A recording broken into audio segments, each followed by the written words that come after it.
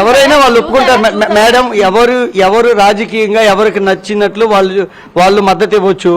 ఇప్పుడు ప్రజాస్వామ్యంలో ఇప్పుడు మీ రాజకీయ కారణంగానే వాళ్ళు భర్తతో విడిపోవాలనుకుని మిమ్మల్ని టార్గెట్ చేశారని మీరు చెప్తున్నారు. కానీ ఇది నైతికత కదా ఉండాలి కదా మేడం. ఇప్పుడు మీకు పిల్లలు ఉన్నారు, మీకు విడాకులు అవ్వలేదు, ఆయనకి పిల్లలు ఉన్నారు, ఆయనకి విడాకులు అవ్వలేదు. ఈ సమాజంలో సభ్య సమాజంలో మీరు ఒక పెద్ద పొజిషన్స్ లో ఉన్నారు పొలిటికల్ గా. అలాంటి వాళ్ళ నుంచి మెసేజ్ ఎలా వెళ్తుంది మేడం? అరే ఆ నైతిక విలువలే ఆవిడ లేకున్నా మా జీవితాన్ని నడి రోడ్డు పాలు చేసింది.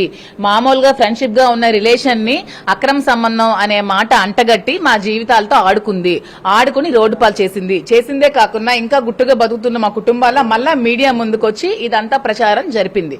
ఈ ప్రచారం జరపడం వల్ల ఇప్పుడు నా లైఫ్ పూర్తిగా బయటకు వచ్చింది. ఎవరు మా మధ్యన రిలేషన్షిప్ లేదన్నా కూడా నమ్మని స్థితికి వచ్చింది. అందుకే ఫ్రెండ్లీగా ఉందాం అనుకుంటున్నానని చెప్తున్నాను. మీకు మా ఫ్రెండ్షిప్ తప్పుగా కనిపిస్తే నేను దానికి నేనేం చెప్పలేదు. ఆస్ట్రేలియా వెళ్తారా వెళ్ళరా?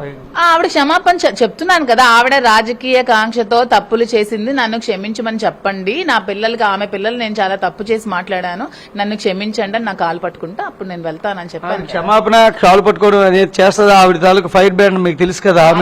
ఫైర్ బ్రాండ్ మాట్లాడితే ఫైర్ బ్రాండ్ అలా అనేస్తారండి. తొక్క అదెవరు బాని అయితే ఫైర్ బ్రాండ్ అయితే ఇలాంటి మాటలే పిల్లల కోసం మాట్లాడ దాని ఫైర్ బ్రాండ్ అని ఎలాగంటారండి? ఫైర్ బ్రాండ్ అంటే ఏంటి?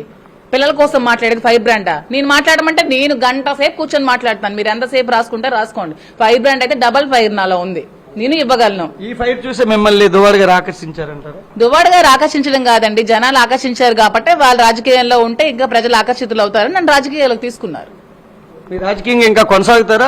నా రాజకీయ జీవితం ఎందుకండి నేను కొనసాగించను. నాకు జగన్మోహన్ రెడ్డి గారు అంటే అభిమానం. నేను జగన్మోహన్ రెడ్డి గారి కోసం నేను రాజకీయాలు కొనసాగిస్తూనే ఉంటాను. దీన్ని వేరే కోణంలో మీరు చూడకండి. రాజకీయాల్లోనే చూడండి.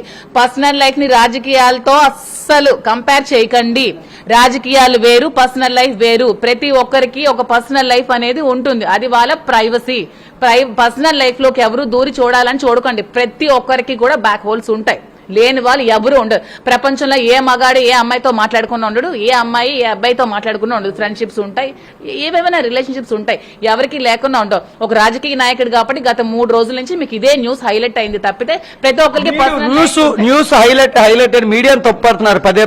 కానీ మేడం గారు ఒక్క పాయింట్ మీరు మిస్ అవుతున్నారు. మీరు అక్రమ బంధం సక్రమ బంధం అనేది హిందూ ధర్మంలో ఉంటుంది, భార్యాభర్తలు ఉండాలనేది. ఆ అక్రమ బంధం అనే గీట్రాయిని మీరు కొంచెం డైవర్ట్ చేశారు కాబట్టి ఇది అక్రమ బంధం అనేది లేదు. ఆవిడ అది ఫాల్స్ ఎలిగేషన్స్ చేసింది. అక్రమ బంధం అని మేమే అక్రమ బంధం ఎక్కడ పెట్టుకోలేదు. ఆవిడ నేను మీడియాని ఎవరిని తప్పు పట్టట్లేదు.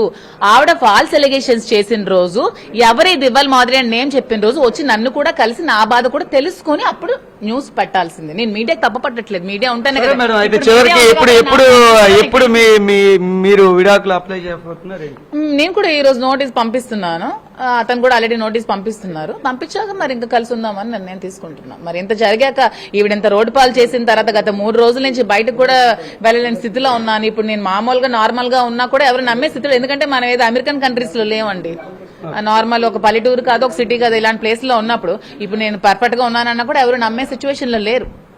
ఓకే, థ్యాంక్ యూ అండి. ఇది ఇక్కడ ఏదైతే వైసీపీ లీడర్ దువ్వాడ శ్రీనివాస్ తాలూకా స్నేహితురాలుగా మనం చెప్పుకోవచ్చు. వాళ్ళిద్దరు కూడా ఇద్దరు స్నేహితులే అని చెప్తున్నారు. అయితే ఈ స్నేహం అనేది మరో రూపు దాల్చుకునేటటువంటి అవకాశం కూడా కనిపిస్తుంది. ఎందుకంటే నిన్న శ్రీని గారు ప్రెస్ మీట్ లో కూడా ఆయన చెప్పారు, నేను విడాకులకు అప్లై చేస్తున్నాను. ఈ రోజు ఈమె కూడా తెగేసి విషయాన్ని అయితే చెప్పారు, తన భర్తకి నేను కూడా విడాకులు ఇస్తున్నాను, మా బంధం మరింత పటిష్టంగా ఉండబోతుంది, జీవితం కలిసి ఉండే అవకాశం కూడా ఉంది అనే విషయాన్ని అయితే మాధురి చెప్తున్నారు. అయితే రాజకీయ కాంక్షతోనే ఈ ఆరోపణలు చేయడంతోనే మా బంధం ఇంతగా బలపడింది అనే విషయాన్ని కూడా ఇప్పుడు చెప్తున్నారు. రాజకీయాలని వ్యక్తిగత జీవితాలని ముడిపెట్టవద్దు దయచేసి అని కూడా ఆవిడ అప్పీల్ చేస్తున్నటువంటి పరిస్థితి అయితే కనిపిస్తుంది. ముఖ్యంగా నాకు క్షమాపణ కానీ పిల్లల విషయంలో మాట్లాడిన మాటలకు చెప్తే తాను ఆస్ట్రేలియా కూడా వెళ్ళిపోవడానికి సిద్ధంగా ఉన్నానని కూడా ఆవిడ మనతో చెప్తున్నారు. కెమెరా పర్సన్ సురేష్తో విఎస్ నాయుడు.